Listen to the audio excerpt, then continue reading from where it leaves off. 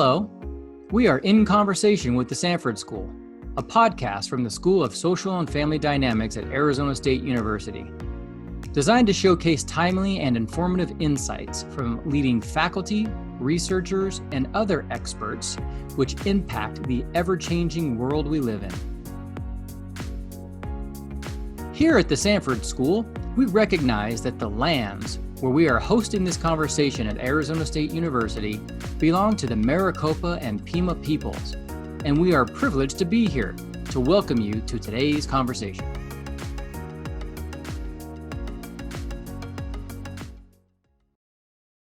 Hello and welcome everyone. My name is Aubrey Hoffer and I am your graduate student host of In Conversation with the Sanford School. Today, my inaugural guest is the incredible Stacey Flores. Stacey has had a really fascinating career path before attending grad school, having worked professionally with both athletes and students alike. In education, she's worked within high school and college settings here at ASU. These experiences have led her to her current work on the intersection of race and sports. Within the grad college, Stacey has been a student leader and currently serves as the learning chair in the Graduate Student Association. Beyond that, she is just one of my favorite people and has probably the most infectious laugh I've ever heard. So I hope we get to hear it a little bit today. Stacey, welcome and thank you for joining me. Thank you for having me, Aubrey. So the way the podcast really starts and ends is sort of the same way. So it starts with 3 icebreaker questions, and these are just 3 kind of rapid fire questions I'm going to ask you, and you're really just supposed to answer off the top of your head. And then we're going to end with 3 sort of closing questions, and these will be sort of more philosophical questions. How does that sound? Sounds great. Thank you. Perfect. Okay, so question 1. What is your favorite sport to play? My favorite sport to play, boy, that's kind of a hard one. I am a former 3-sport college athlete. I finished my career with 2 sports. I would say that I really love softball, but that's a little bit harder to do on a consistent basis once your career is kind of over. And so I really still do like running. So I will say that I enjoy that because you can be alone in your thoughts. And this weekend I just ran a half marathon, so 13.1 miles. So I'm still very active in that capacity. So I will say both of those. I think that you ran more this weekend than I've ever run in my entire life. So kudos to you. So question number 2 is, what is your favorite sports movie or movie about sports? Oh, Field of Dreams. I do watch a lot of sports movies, anything related to sports. I have my set of friends that know, like, I'm the person to go with. But Field of Dreams, I really like the story. A couple of years ago, I had the good fortune of actually going there with my family and seeing the movie set. And then actually we were able to actually watch the Field of Dreams on the Field of Dreams because I belong to a group of baseball fans just like me. And we meet up every year for events. So yes. That is so cool. I love that. Okay, so then the third question, don't worry, this one is not a sports question. Okay. What is your least favorite color? Oh, I would say, so I appreciate a lot of colors. I would probably say brown is my least favorite color, only because like there's not a lot of different shades of brown, I guess. And yeah, I guess I would say maybe that as far as to wear, I would say. But yeah, but I still do wear it. So I mean, I guess I don't really have not a favorite color. I think I just wear it seasonally, depending on what I need. One of the teams that I coach, their color is actually brown. So I've learned to appreciate it a lot more. Okay, that's fair. I think you can appreciate a color even if it's not your favorite, Yeah. but I get what you're saying. I don't think most people usually opt for brown when they're looking at like a selection of t-shirts. Yeah. So, Yeah. all right. So, getting into our conversation a little bit, I'm really hoping that you can just talk to me about what was your timeline leading up to grad school, sort of in this context of student involvement. I know that working with students is something you're so passionate about. So, sort of just describe your trajectory for me of, working with students at the beginning until you got to where you are right now. Um, I would say, you know, in my work with students, I always tell people like your path is your own. There's no set time frame. I mean, we tell students, yeah, you graduate high school 4 years. Ideally, you graduate college in 4 years. Grad school maybe 2 years, and then there's all this time, and that's not essentially how people's lives are because in life things happen, right? And you can't really plan for it, and so I think for me, my trajectory to grad school really started, you know, because of where my career didn't go. I think I is a better way. When you're an athlete, there's this thing of athlete identity. It's who I was. It was such a big part of my life. It still is. And that never really goes away. But there's very different trajectories when you're a male or you're a female, depending on your sport. Uh, there's a lot of things that play into that. And where sometimes males, in a lot of cases, have more opportunity for life after sports, after competitive play, females, depending again on the sport, I always viewed sport as a way to go through my education. I knew that, I wanted to play sports in college. I knew that very early on. I was very fortunate. I had some fantastic coaches in high school that really paved that way for me to really invest in me. And it was a real turning point. And so when I got to college to play sports, the thing is, what do I want to do after?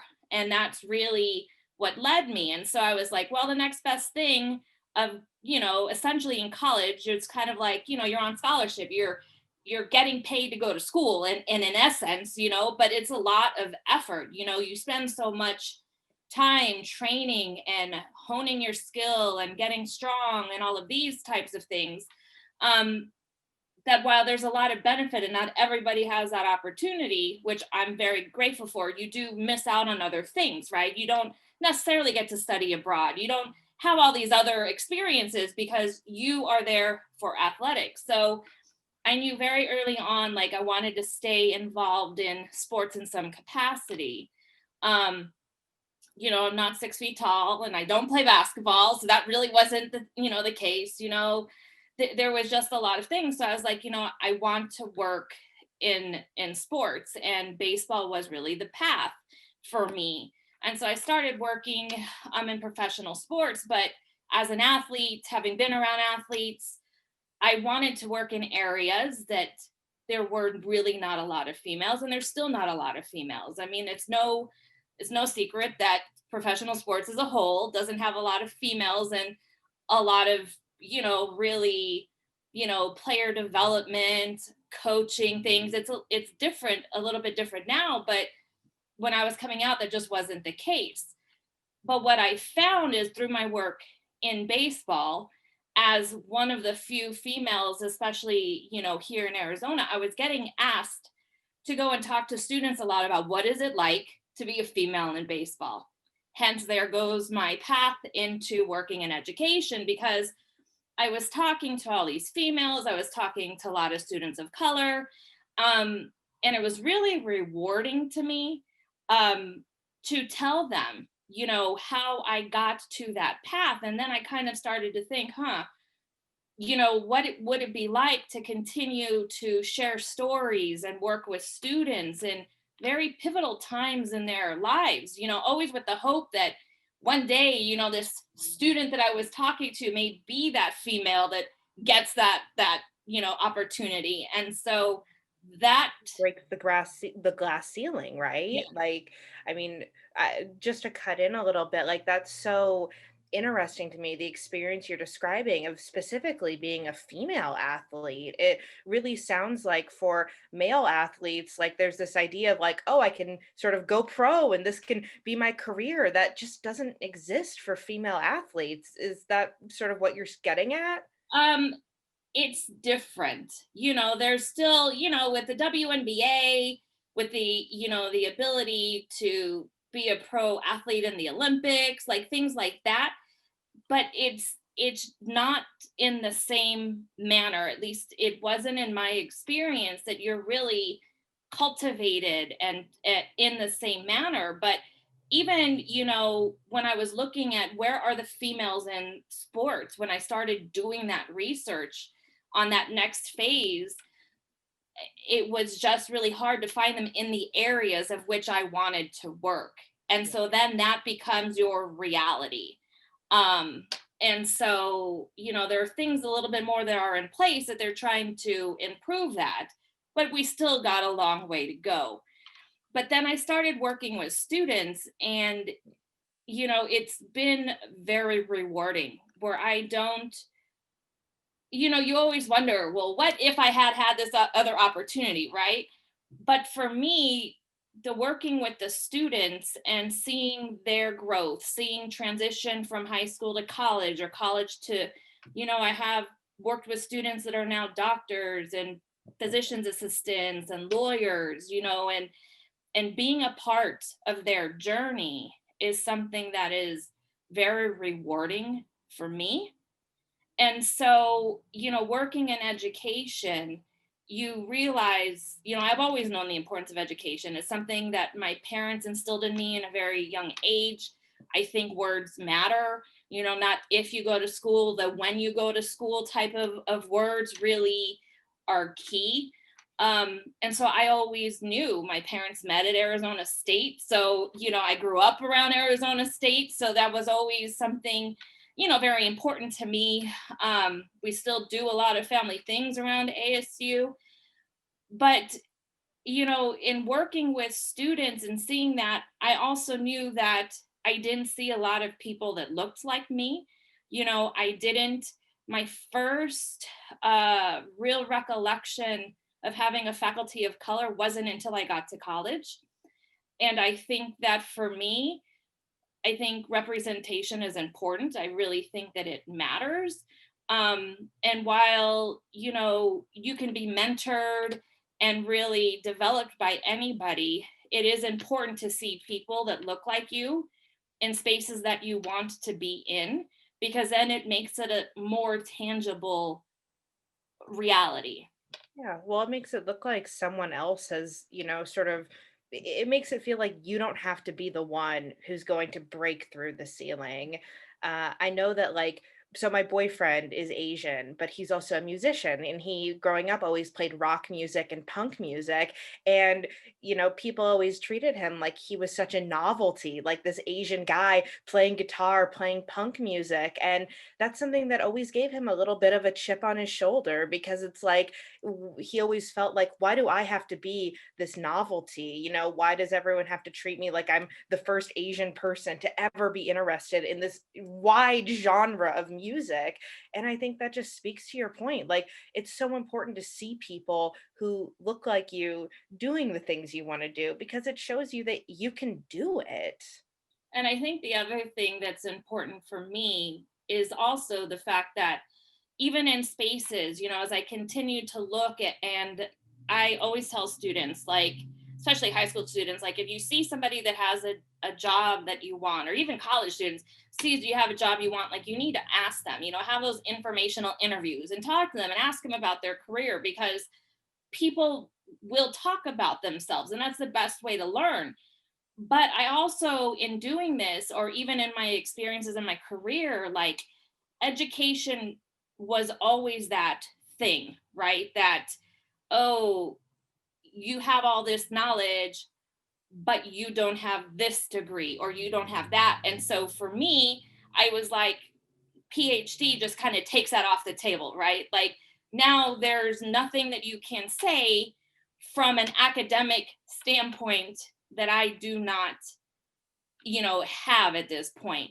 And so I felt that it was something I always wanted to do. I know the small percentage of Latinas, Latinos as a whole that have PhDs is, not very large. So there was a lot of reasons, that I knew that I wanted to, in addition to the fact that, you want to do things for your ancestors of things that they necessarily didn't have the option, that was for them at that time.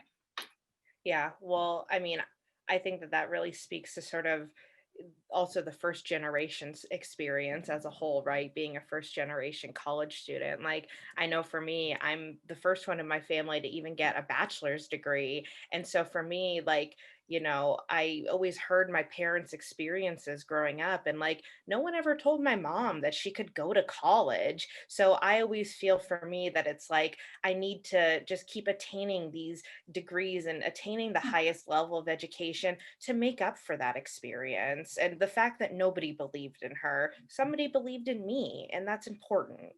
Yeah, that was a story. My parents were first in their families to go to college as well. And even though, I work, a lot of my work has really been with helping first generation students go down that path for them, whether it's vocational school, some of them have joined the military, but a lot of them have gone on to college. I always tell students, while that first gen story isn't my story, it is my parents' story. And I'm really aware of what that means. And, I'm here to help and guide you, because I think it goes again to say, like, you don't have to be guided or mentored by people that are exactly share your story. You just have to have that person, as you said, Aubrey, that believes in you and in your ability. Yeah. I mean, so when you've been working with first generation students, what do you think has been sort of a common thread that you've seen in first generation students? Or, what is something you've observed that's sort of unique to that experience? I would say a lot of it is the demystifying the process of actually getting to college. It's a very challenging, right? And it doesn't stop just because you fill out a FAFSA form or you apply to the university, or the community college, whatever that is. And so it's the walking through the entire process from start to end and explaining and really giving the knowledge, because some of the challenges is where a student may go to community college, want to go the community college route, but if they've gotten any type of scholarship that they would have received at the university, once they transfer in as a transfer student, that money is gone. Like, your single most funding that you will ever get as a incoming student is your freshman year. And I think that that is something that becomes a challenge, right? Because I do have worked with students that have gone the community college route. I think it's a very good place to start, but I think that as a whole education system could do better on providing more scholarships and support for the community college student. um, Transition points are always hard for anybody, whether it's transition in, transition out, but then there's all that work that goes into when the student is actually in the university. um, so I think a lot of it is demystifying, what does it mean, what does this look like, and the scary part of an 18 or 17-year-old thinking, oh, I got to choose a major, and like, yes, you got to choose a major, but you can change it. Like, it's all those little things that in the long run make a big impact for a student. Well, I love the verbiage of demystifying because that's so true. Like, I don't know if you ever feel this way, but when I was going into academia, I felt like there was just this secret club that everyone knew the handshakes and the secret language except for me. So my whole first year of grad school, I felt like I was trying to just like figure out what the heck anybody was even talking about, because no one tells you this. And, even going into grad school, it's like, okay, you need to figure out a faculty advisor you want to work with.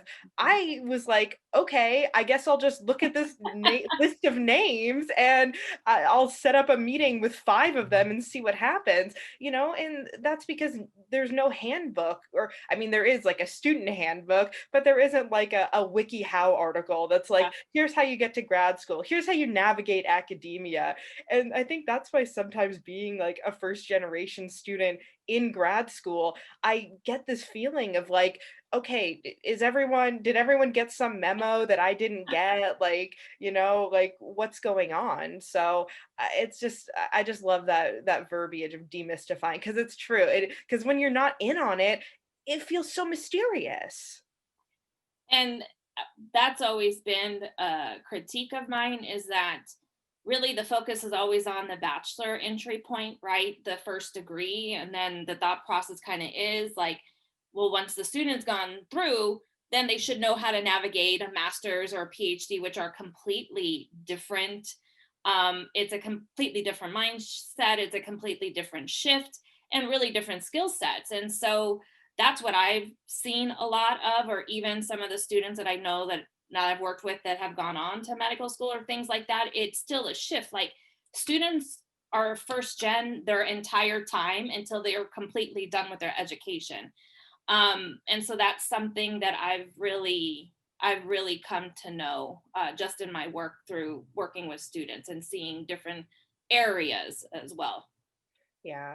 Wow, that's so interesting. I mean, I guess if you can just reflect a little bit on students who you've mentored in the past, is there a student who comes to mind for you who you feel is a particular, I don't want to say success story, but just a student where they maybe went to you, not really sure what they wanted to do, and then you saw some kind of potential in them that maybe they didn't see, and you were able to sort of help them figure that out? It's funny because I think about this, and the joke is, with some of the students, or even the students that I coach, are always like, I'm the favorite, right? And like, you never say anybody's your favorite, like, you just don't do it, right? Um, and that, I really think that that's a hard one, because I think, Aubrey, what's important to understand is that I've really been involved in community for a long time. I grew up volunteering with my family. It was something that was instilled in me from the beginning. As long as I can remember, I remember volunteering in the community. So I've always had touch points. I've watched my parents work with students. I've watched my mom volunteer in the schools. I've watched, my dad, work on programming. And then, I joined a sorority, and, gone through that, and have mentored girls through the sorority that is on campus at ASU. I've worked as an advisor to them. I sat on the alumni board. And through all of this, there's so many touch points of students.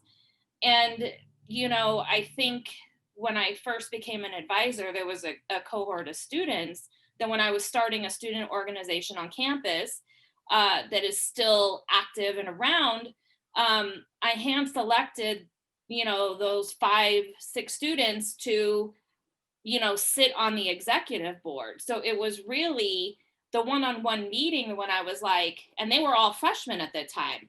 And it was hand selecting them and saying, okay, these are some students based on just initial conversations that I can see have this potential, and I want to work with them, not only to develop them on a leadership side, but also on their academics. And, they've all gone on and done really amazing things. And I'm really still in contact with all of them. And so, and that's just one aspect, and in that group of students, 2 of them actually became my sorority sisters. So not only was I their academic advisor, but I was their student advisor within the organization within our school. But then I was also their advisor within the sorority. So those relationships also shift as well, right? Because now it's multifaceted. Um, but my students are the why. Like, the students that I coach have driven what I want to study. the students that I've worked with, in all of the areas from the high school to the community college to university, it's always a reminder for me as to why I'm pursuing my PhD, which is why I still am involved in community work. Like right now is the FAFSA on the college application. So I'm working with students one-on-one in Zoom to help them through their process. We've gone through the college applications, because I've worked in this space for so long. I have friends that are like, hey, I know somebody, can you help them? So I get a lot of referrals sometimes from my former students or, friends of having me connect. So while it's a lot of extra work, for me, it always brings me back to why I am pursuing this degree. I think that that's beautifully said, Stacey. I mean, it's really what we as academics owe the community, right? Like we owe the community that gave to us, we owe them something in return. And I think being able to give back the experience that we take from academia is really wonderful and really thoughtful. It's interesting. It makes me reflect a little bit because I didn't really grow up with that sense of community. I mean, we sort of moved around when I was a kid. My parents were always working, and I just didn't have that tie to a community. And so now it's like, I almost feel like that service needs to be demystified a little bit, right? Because it's like, how should we get involved with students? And how do we go about sort of breaking that barrier? Because I also think too, if we have academics who have only been raised in this bubble of academia, they probably don't feel comfortable going into these community spaces. You make a good point, and I think for me it's something that I knew very early on, is regardless of how my research unfolds, that I really want it to be community driven. My look at sports is kind of in a multiple in various lenses. I know my experience as an athlete that had very supportive coaches. I know what my experience is like, from a coaching perspective, my coaching experience. I've seen what my athletes go through, both, in other sports or in other schools and things like that. And I really spend a lot of time talking. And to me, when I first started coaching, it was really a way to help talk to the athletes about college. So it wasn't just about the sport. I know what sports did for me in my life. And I know the capacity that sports holds to be a vehicle for change and social movement and personal growth. And, I've always told my athletes, like, there's things that I'm teaching you and there's lessons that you're going to learn that you're not going to realize how impactful that's going to be later on in your life. There's team, you're bonding with your team. Sometimes you bond because you don't really like your coach. You like, that's reality too.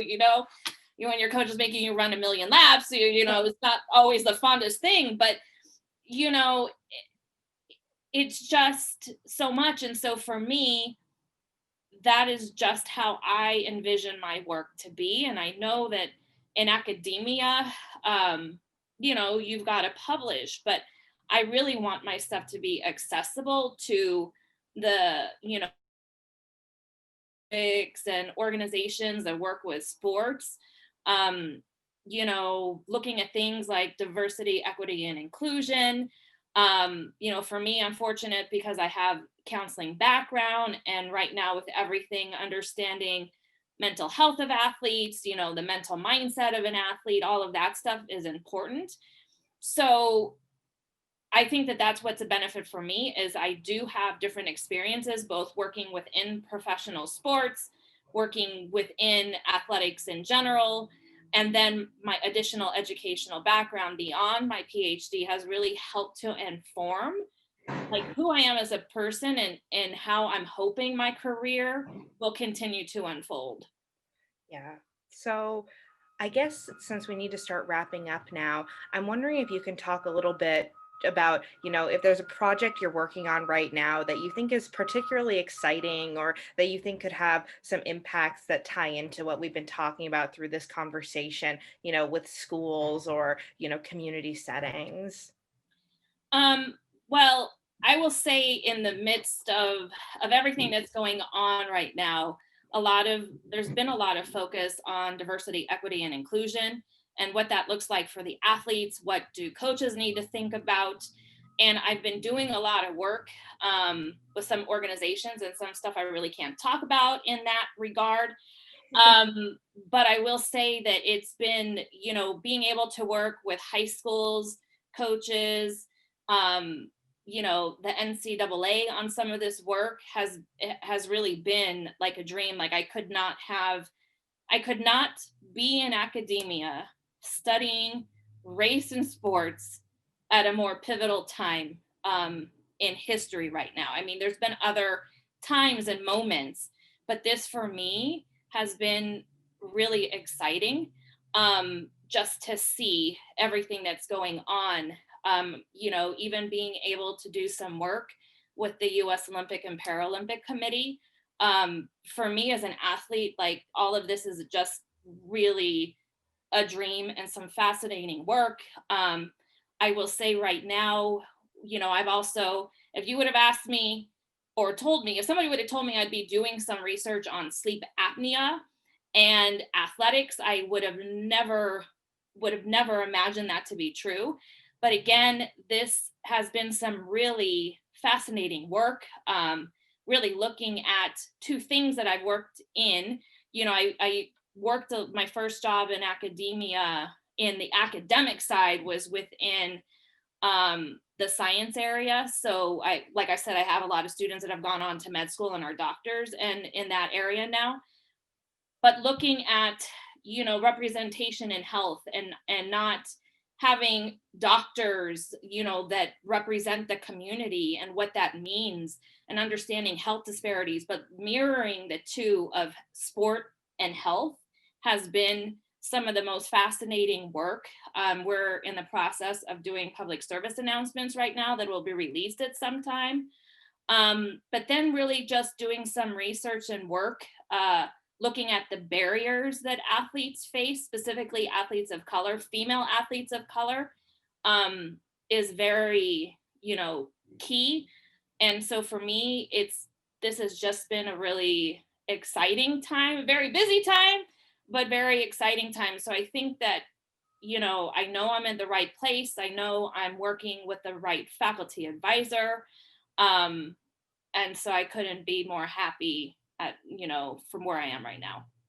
That is so awesome, Stacey. I gotta say, I always feel like, when we as academics are talking to someone who is not in academia and someone asks, what do you study? I always think that you have, without a doubt, the coolest response because it's just so cool what you do. I am so excited to just see all of this fantastic work you're doing. And I just think that you are going to make such an impact, and the way that you're going to give back to people is just another incredible thing about you. So, Well, thank you. so are you ready for our sort of final rapid fire closing questions? Yes, I am. Go ahead. Okay, so these ones are going to be the deep cuts, all right? So these are for, the very quotable moments, okay? So number one, what is your favorite lesson from sports? I think my favorite lesson from sports is really to live in the moment. I still have some records that are standing. Um, I remember the losses sometimes more than I remember the wins. And that's from winning our conference, that's from winning state championships. But you really learn to appreciate those moments because they don't always come around.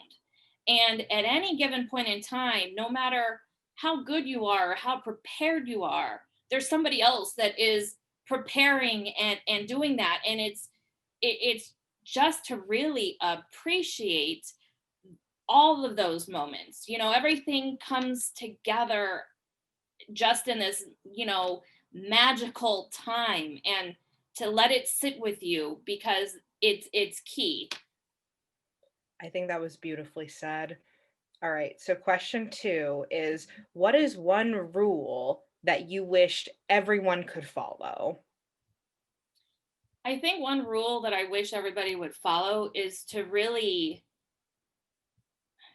yeah, there's a couple of them, right? I think it's kind of cliche. You're like, you should walk a mile in somebody else's shoes, right? Or you should think before you talk, but I really think for me, what it comes down to is just that, to let people be who they want to be. And, and if it's something that you think, or actually, I even think sometimes it's the ability to have some self reflection and introspection, because I think that personal growth is actually something that's very important. Thinking about, maybe how you approached things. So maybe it's a double sword, like a two headed question, where, people deserve to be who they are. But then, if you have a problem with that, or something, maybe do some self-reflection on where that sits within you. So maybe those two things, but I just really do think that people should just be really kind and genuine with one another. I think that that would be very beneficial as a whole. Well, and I think if we did some more self reflection, we probably all would be kinder to each other and ourselves. So, Stacey, our final question to end on is, what is one thing that you are certain of? One thing that I'm certain of is that everything, things are moments in time, and things will pass, and to always keep that in mind. um about the lessons that need to be learned along the way. um I always believe, like, change is an opportunity for growth. um I think that you're never too old to start learning or to continue to learn. um and I think that that's what a couple of the things that just really motivate me. um a story on that specific is, one time when I was working in recruiting, I went to talk about college with a group of senior citizens who were all in their 60s, and they all talked about how, at the time, the time was women stayed at home and raised their kids, and these particular group were like, we want to go to school, we want to finish what we didn't have time. And it was the most rewarding thing in a completely different manner, to see and hear their stories. Like, there's so much wisdom to be had in this world. We just have to take the time to find it, and know that everything is a moment in time, and it will pass, but it's up to us to make sure that whatever lesson we're meant to learn, we improve the situation so we can move beyond it in a better way. Yeah, I love that. Everything is a moment in time, and let's make it a good moment, right? Stacey, As good as we can at the time, right? right. It's a little bit harder than others. So Stacey, I just want to say thank you so much for coming on today. You were absolutely wonderful. I expected nothing less from you. thank you. So, as we're leaving, if people are interested in the work you do, or if they want to get in contact with you, what's your preferred way for someone to reach out? Email. They can find me via email. Yeah. Perfect. We'll include your email in our show notes. So, thank you so much, Stacey, and thank you to our wonderful listeners. This concludes today's In Conversation with the Sanford School. Thank you, Aubrey. If you would like to connect with today's podcast guest, please email the following. For Aubrey Hoffer, email alhoffer@asu.edu. For Stacey Flores, email Stacey, that's STACEY, .Flores, FLORES, @asu.edu. Connect with us and get access to all of our podcasts by visiting thesanfordschool.asu.edu/podcast, where you will also find links to all of our social media channels.